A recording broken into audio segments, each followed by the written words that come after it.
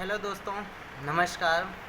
मैं सुरेश मौर्य आप लोगों के बीच में आज मैं एक वीडियो बनाना चाहता था, इसलिए मैं बना रहा हूँ। मैं आज इसलिए वीडियो बनाया हूँ कि आज भारत देश के अंदर और ख़ासकर उत्तर प्रदेश के अंदर इतने अपराध और अत्याचार हो रहे हैं, और फिर भी हमारी सरकार उत्तर प्रदेश की इतनी खामोश बैठी है। तो इसका क्या मतलब हम सब समझें कि क्या उत्तर प्रदेश की सरकार सो रही है, या फिर उत्तर प्रदेश सरकार के महंत योगी आदित्यनाथ जी हैं इसलिए अत्याचार हो रहे हैं और खामोश बैठे हुए हैं, या इसलिए समझा जाए कि उत्तर प्रदेश के अंदर भाजपा का सरकार है इसलिए इतना अत्याचार हो रहा है और कोई कार्रवाई नहीं किया जा रहा है। प्रत्येक दिन बलात्कार, प्रत्येक दिन अपहरण, अत्याचार, इतने घृणित काम हो रहे हैं, और लेकिन फिर भी सरकार इतनी खामोशी है। क्या ये भी समझ लूँ कि आदित्यनाथ योगी जी की कोई औलाद नहीं, इसलिए वो किसी का कदर करना नहीं सीखे, या इसलिए समझ लूँ कि उनके अंदर कोई इतना संस्कार भी नहीं। हाँ, ये मैं मान लूँ थोड़ी कि आप इतना कड़ी शासन नहीं कर सकते, हर जगह पहुंच नहीं सकते, तो पर आपके हाथ में वो ताकत है कि भारत को तो छोड़ दो, उत्तर प्रदेश को तो चला सकते हैं आप। अपनी जहाँ तक राज्य है, आपका क्षेत्र है, उतना तो कवर करो, इतनी कड़ी शासन करो कि यहाँ आपके भाजपा सरकार लोग मार्क्स लगाओ, दुनिया के ड्रामा किए सारी चीज़ें हो रही हैं, और आप लोग क्या इसके लिए कोई प्रचार नहीं कर रहे हैं कि अत्याचार कम करो, अत्याचार पे घृणित काम जो हो रहे हैं वो बंद करो। इसके लिए आप लोग आवाज़ नहीं उठाए। अभी फ़िलहाल में यहाँ कानपुर की जो कुशवाहा की लड़की की हत्या हुई, अभी तक उनके हत्यारे को फांसी की सज़ा नहीं दिया गया। क्यों? इसलिए छोड़ दिया गया है कि क्या बोलते हैं, अगले दिन किसी और का मर्डर हो, किसी के साथ बलात्कार हो। अरे आपकी सरकार है, आपकी सत्ता हाथ में है, फिर भी आप खामोश बैठे हैं, किस लिए? और आपके प्रधानमंत्री जी कहते हैं बेटी बचाओ बेटी आगे बढ़ाओ। तो मुझे एक बात समझ में नहीं आई, आज तक इतनी सारी चीज़ें कर रहे हैं, लेकिन जब बेटियां मर रही हैं तो क्यों आप मौन धारण किए हैं, कि आपकी जुबान में आवाज़ नहीं निकल रहा है। लेकिन देखिए, मेरे कहने का मतलब है, मेरे पूरे प्रदेश और भारत के नागरिक से मेरा ये विनम्र निवेदन है कि सत्ता पे उसे बैठा दो जो शासन करने का योग्य हो और देश चलाने की ताकत हो और खुद निर्णय लेने की क्षमता हो, तब ये सत्ता और आपकी देश बचेगा, और ऐसे देश में बर्बाद होगा। आज बहन बेटियां सुरक्षित नहीं हैं, आज बहन बेटियां इतनी के साथ इतना घृणित काम हो रहा है और सरकार मौन धारण किया है। क्या उनके बेटियों के साथ होता या उनके औलाद के साथ होता तो क्या वो मौन रहते? नहीं, क्योंकि उन्हें अपनों का देखना है, दूसरे का दर्द नहीं। अगर उन्हें इतना दर्द होता तो वो परिवार नहीं छोड़ सकते थे, क्योंकि परिवार ही जीवन है और परिवार ही संस्कार देता है। लेकिन उन्होंने तो छोड़ दिया। आज की दुनिया में इतनी अपराध हो रहे हैं, फिर भी वो मौन है। क्यों? क्योंकि आज की दुनिया में ना उत्तर प्रदेश सरकार इतनी लापरवाह हो चुकी है, कोई काम नहीं होता उनसे। कहते हैं देश को सुधारेंगे, क्या देश को सुधारेंगे? भारत देश में इतनी बेरोजगारी है, इतना अत्याचार है, इतनी अपराध हो रहा है प्रत्येक दिन, और लोग मौन धारण करके बैठे हैं। क्यों भाजपा सरकार इस तरह, शर्म नहीं आती है उन्हें? सरकारी हैं, सरकार बने हैं आप, लेकिन वही देश के जनता आपको चुनकर सरकार बनाए थे कि सर दुख दूर करेंगे, लेकिन आपकी सरकार तो आने के बाद में इतनी दुख हुआ कि किसी ने सोचा भी नहीं होगा कि इतना दुख सहन करना पड़ेगा। फिर भी आपकी सरकार चुप है। प्रत्येक दिन ऐसे होते हैं घृणित काम, फिर भी मौन धारण है। हे मेरे देश के नौजवान युवा, तुम जागो,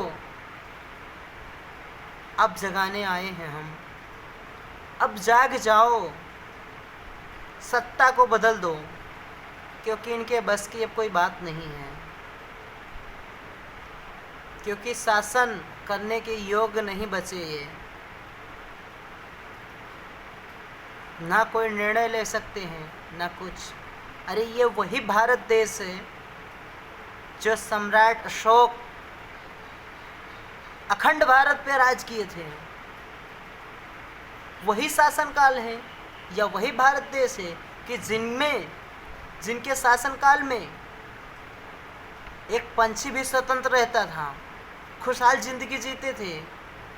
आज वही बहन बेटियां हैं, सुरक्षित नहीं हैं। क्यों?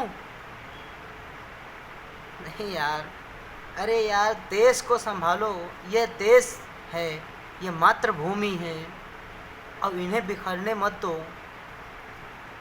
ये भारत देश है, न जाने कितनों ने अपने लहू का त्याग दिया है, अपना प्राण त्याग दिया इस भारत देश को बचाने में, कण कण बचाने में। पूरा देश, वही सम्राट अशोक थे जो भारत देश को तिनका तिनका जोड़ कर अखंड भारत बनाए थे। बटा हुआ था देश, आज वही देश बिखर गया इस तरह कि मैं सोच भी नहीं सकता था। क्यों? आज भारत देश में सम्राट अशोक की मूर्तियां तोड़ी जाती हैं, कितने टूट गए। अशोक स्तंभ तोड़ा गया, बौद्ध विहार तोड़ा गया, बौद्ध गुफा तोड़ी गई, बुद्ध की प्रतिमा को धर्म परिवर्तन में कर दिया, उन्हें देवी देवताओं की पूजा कराते हैं समझकर। क्यों? भारत देश का यही कल्चर था, या भारत देश का यही इतिहास था, जिन्होंने अपने सोच और विचार से और ज्ञान से भारत देश को विश्व गुरु बनाए। सोने की चिड़िया कहा जाती थी हमारा भारत देश, लेकिन आज हमारा भारत देश और हमारा खासकर उत्तर प्रदेश केवल अपराधियों का देश कहा जाता है, अंधकार का देश कहा जाता है। लोग, बच्चे डर रहे हैं, बहन बेटियां डर रही हैं घर से निकलने को, पढ़ाई करने के लिए, और सरकार कह रही बहन बेटी बचाओ बेटी पढ़ाओ। वह सरकार, मैं आपका घोर निंदा करता हूँ, और मुझे ऐसा आशा नहीं था आपके सरकार से, लेकिन वो दिन दिखा दिए कि जिसकी कोई कल्पना भी नहीं कर सकता। खासकर शायद बहुत समय पहले पूर्वजों ने यही सिखाया और यही सोचकर आपकी सरकार नहीं बनाए थे कि आएगा तो आतंक होगा, लेकिन भूल कर बैठे लोग 2000 में इनकी सरकार बना दिए। लेकिन आज मैं दोस्तों बहुत मजबूर होकर, बहुत दुख होता है और इस दुख को बर्दाश्त नहीं कर सका, इसलिए मैंने आज ये वीडियो बना रहा हूँ कि काश अगर जिन लोगों के पास ये वीडियो पहुँचे, प्लीज़ आपसे मेरा रिक्वेस्ट है, विनम्र निवेदन है कि आप लोग सुधर जाओ, और अपनी सोच को बदल लो। ये भारत देश है, ये आपका जन्मभूमि है, इसे बचा लो, वरना ये मिटने में कोई देर नहीं लगेगी। अब हर नागरिक, हर युवा बेरोजगार है, खाब खर्चा, घर चलाने के लिए पैसा नहीं होता है, रोजगार नहीं है। बच्चे पढ़ लिख कर माँ बाप ने अपना तन पेट काट कर पढ़ाते हैं, पढ़ाई करने के बाद में उन्हें नौकरी नहीं मिलती है, और नौकरी मिलती है तो क्या होता है, घूस चाहिए। आज जिससे कहो भी तो कहते हैं भैया मेरे पास घूस देने का नहीं है, इसलिए नौकरी नहीं मिला। आज मुझे दुख होता है कि बताइए उन बच्चों का भविष्य बर्बाद हो रहा है, आने वाले भविष्य बर्बाद हो रहे हैं, और हमारा देश, हमारे सरकार इस तरह खामोश बैठे हैं। मुझे ऐसा आशा नहीं था, लेकिन आज मुझे ना मजबूर होके ये कहना पड़ता है कि ये सरकार बिल्कुल लापरवाह सरकार है। आज कितनी मैं बात कर लूँ, मैं अपने क्षेत्र में, अपने ही इलाके में देखा हूँ, ऐसे ही हालात हैं कि जिनके घर में खाने के लिए 2 वक्त की रोटी नहीं है, वो मजदूरी करते हैं तो उनके घर में रोटियां होती हैं, वरना भूखे सोते हैं।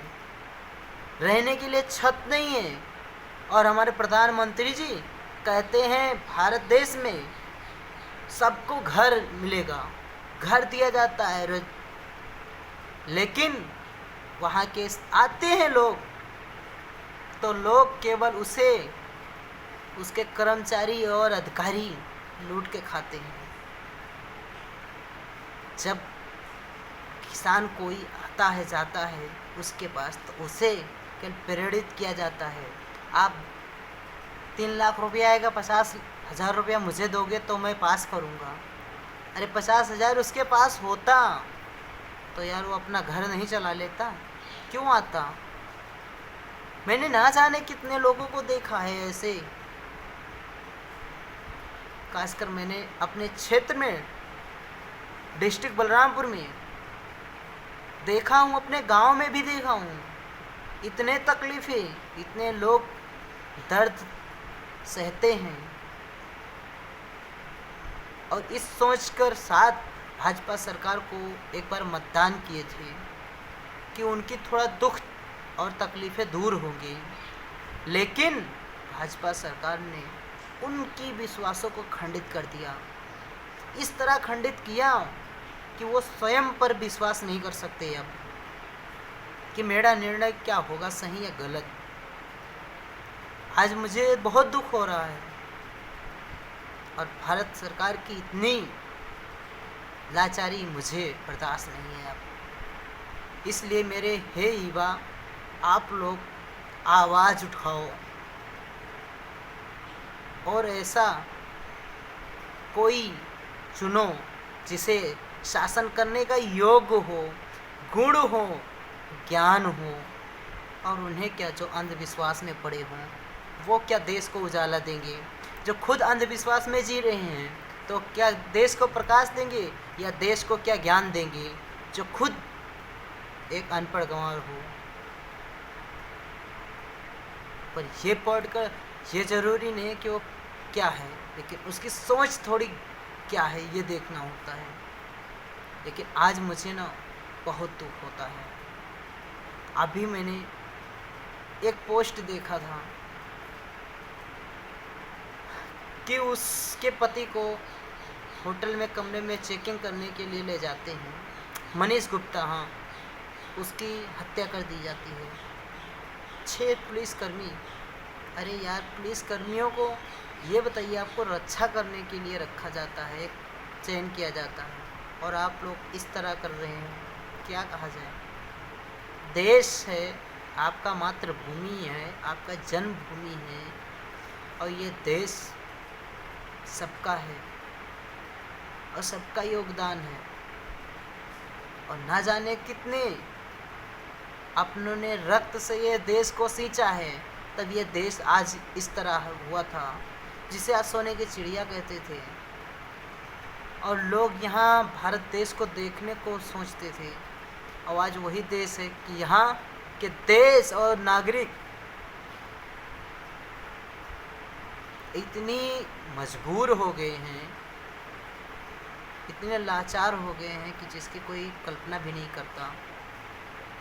लेकिन आज मुझे दुख हो रहा है इस सब बातों को देखकर। हे मेरे देश के नागरिक, अब सुधरो और जागो,